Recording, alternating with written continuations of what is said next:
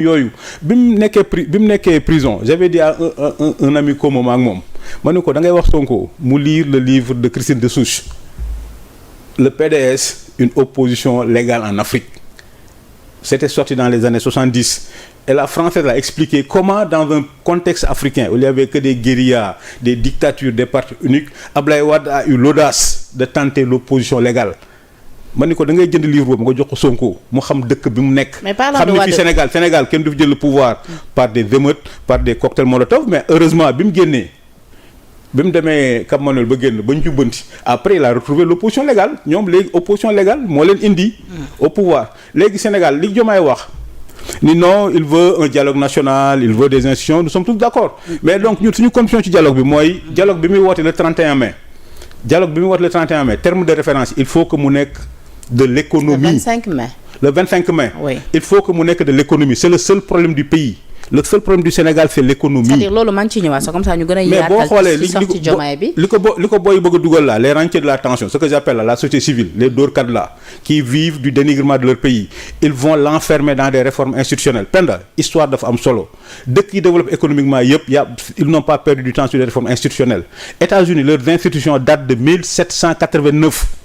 1789 le pays où est née la révolution industrielle qui s'appelle l'Angleterre a des institutions qui datent a des institutions millénaires le Japon qui est la plus grande puissance économique a des institutions qui datent de l'ère du Meiji donc Sénégal il faut ñu arrêter loolu ndax suñu bopp ce que j'appelle la démocratie Sisyphe c'est-à-dire il y a des rentiers de la tension surtout la société civile eux ils vivent de ça et malheureusement Diomaye est tombé dans leur piège dans un pays boo xam ni mën nga fal président le 24 mars installé ko le 1er avril mu dawal dara xewul boo xoolee défilé bi comment l'armée est aujourd'hui soumise à Diomaye Sénégal am problème institution donc ay réformes institutionnelles ay cours constitutionnels ay affaire retour de parquet c'est une perte de temps et donc dañuy wax le dialogue national là Sénégal dialogue c'est pour régler les problèmes donc, le seul problème du pays oui. C'est l'économie d'accord maa ngi ciy ñëwaat et sur le plan économique moom si on devait noter Diomaye ce serait 0 pointé maa ngi ñëwaat ci loolu. mais dama bëggoon ñu tëj partie bu livre bu Madiambal bi. à rappeler que ni demain Madiambal la ñuy recevoir sur ce plateau mais dafa am cadre bu nga xamante ni l'ancien premier ministre Amadou Ba da ko yëkkati keroog. nga nekkoon fa ma nekk fa mu ne. en tout cas def na ay révélations nee na ci départ li nga xamante ni moom moo di base militaire française yi nee na moom su Wade moom moo ko njëkkoon négocier. dëgg la. mais dëgg la xam nga li may wax moo tax manipulation c'est-à-dire que après dañ ñëw ci médias yi sa démocratie mënul mu rappeler ko moom non sa démocratie mënul am. vous êtes aussi un bon communicant. non sa démocratie ban lecture nga ci am. non lecture ma ci am non c'est la vérité li Amadou wax c'est la vérité on est passé sur le plan militaire on est passé des forces françaises du Cap-Vert à éléments français du Cap-Vert c'est pas le hasard mais parce que avant ñoom ñuy coow affaire manipulation souverainisme ba amul benn sens mais Ablaye Wade ci lui-même avec Morin un ministre de la défense français bu tudd Morin ñoom ñoo négocié le départ des troupes françaises. je veux dire que prépare Amadou Ba tey ji ba war a bàyyi ba moment bi pour fàttali ñu lu ñu mel ci jamono bi nga xamante ni l'actuel régime acté nañu ñoom le départ en tout cas des bases militaires françaises. mais mooy la clarté brutale comme on dit la clarté brutale la vérité toujours brutale et comme je dis le seul ennemi de la manipulation mooy la clarté brutale ou l'exercice du pouvoir c'est-à-dire les populistes souvent ils font du populisme mais ils veulent pas venir au pouvoir. D'ailleurs ça ils veulent parce que quand tu viens au pouvoir c'est une torture. après bi mu njëkkoon wax ci korité bi ni nañ leen bàyyi ñu liggéey. l'ennemi du boobu tamit jógoon coow. l'ennemi du populisme mooy la réalité.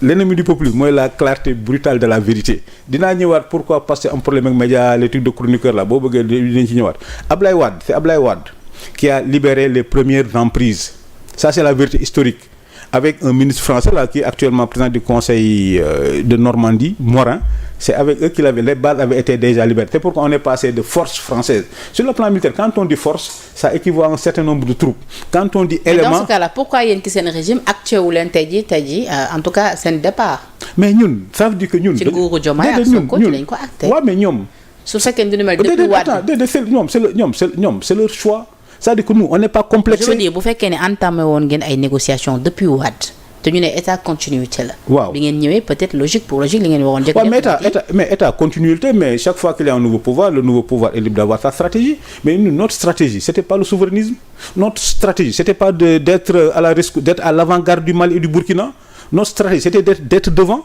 Être devant, c'est la position naturelle du Sénégal en Afrique de l'Ouest. C'est pas par hasard. Yàlla may ñu le déterminisme géographique que nous sommes la porte de l'Afrique. C'est pas par hasard. Yàlla may ñu que Houphouët-Boigny, que la plupart des premiers présidents africains fi lañ jàngee. C'est pas par hasard que la plupart des élites en Afrique veulent envoyer leurs enfants au Sénégal. C'est pas par hasard. Donc nous sommes dans l'universel depuis Senghor. C'est ça la posture naturelle du Sénégal. C'est la géographie. Pour certains, c'est tout simplement parce que président dafa mos a am ay rapports yu rafet avec la France, je veux dire le président Macky Sall.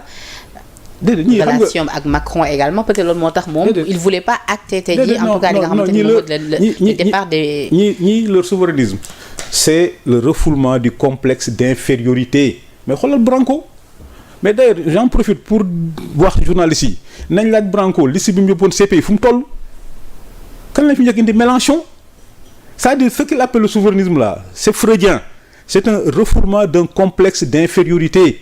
Nous on n'a pas de complexe d'infériorité. Mais Branco mu ngi fi woon. waaw mais c'est le complexe d'infériorité. dina ko gis nga lay ko c'est le complexe d'infériorité man mais Branco. il était d'ailleurs à l'Assemblée nationale l'autre jour. Branco man dama xam Branco. gis naa Abdou Branco Sciences Po Paris la jàngee man Sciences Po Paris laa jàngee mais Branco personne ne le prend au sérieux en France. Personne, il vient se recycler en Afrique. Branco n'a jamais gagné un procès. Et quand tu vois quand Branco venait ici. Moi, je respecte beaucoup les avocats sénégalais. C'est les Clédor Ly, Maître Bamba Cissé, c'est des gens brillants. Mais quand Branco arrive, Sonko utilise Maître Clédor Ly et Bamba Cissé comme des supplétifs du français.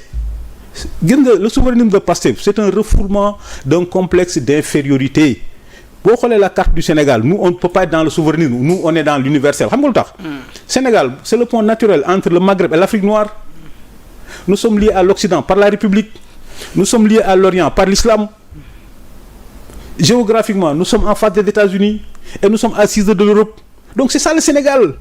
Donc l'intérêt du Sénégal li lay wan ni suñu gars ay cuune lañ boo xoolee tey jii Mali coup d'état Niger coup d'état Burkina coup d'état Guinée coup d'état Pastef va nous faire rater une fenêtre de tir historique. C'est ce moment précis là ñii bu ñu xarañoon c'est ce moment précis historique au lieu d'être à l'avant-garde à l'arrière-garde du Mali et du Burkina de se mettre à l'avant-garde en brandissant fièrement le drapeau de la démocratie.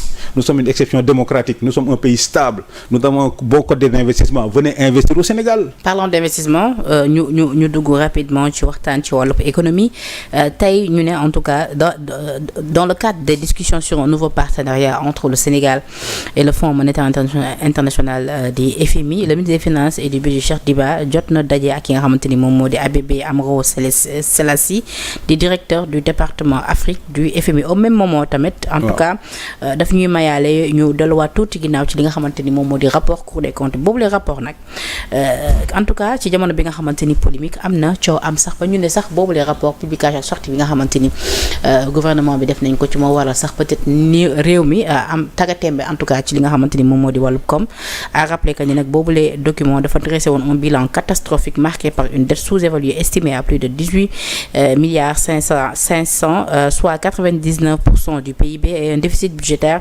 calculé autour de 12,3% contre 4,9% annoncé par l'ancien régime mooy yéen ci nguur bi ngeen nekkoon tey ñu dégg nga xamante ni moom moo di Aliou Niane di président de la chambre de discipline financière bu Cour des comptes moom nag ñëwaat na ci boobu les rapports mais également dafa am ñaari mbir yu mu leeral nee na ñoom rapport bi ñu def amoon na li nga xamante ni moom moo di signature bi ñu gis ñuy circuler d'ailleurs sax moo nekkoon problème ñenn ñi ba sax ñenn ñi doon douter ci li nga xamante ni moom moo di moom authenticité bi parce que nee nañ amul cachet Cour des comptes moom nee na ñoom bi ñu liggéey am na li nga xamante ni moom moo di cachet déjà loolu leeral na ko mais également wax na ni ñoom traqué wuñu des personnes ñoom ci li ñu yem rek moo di en tout cas saytu li nga xamante ni loolu la leen jox ñu yem ci. Oui mais lui il a maa ngi koy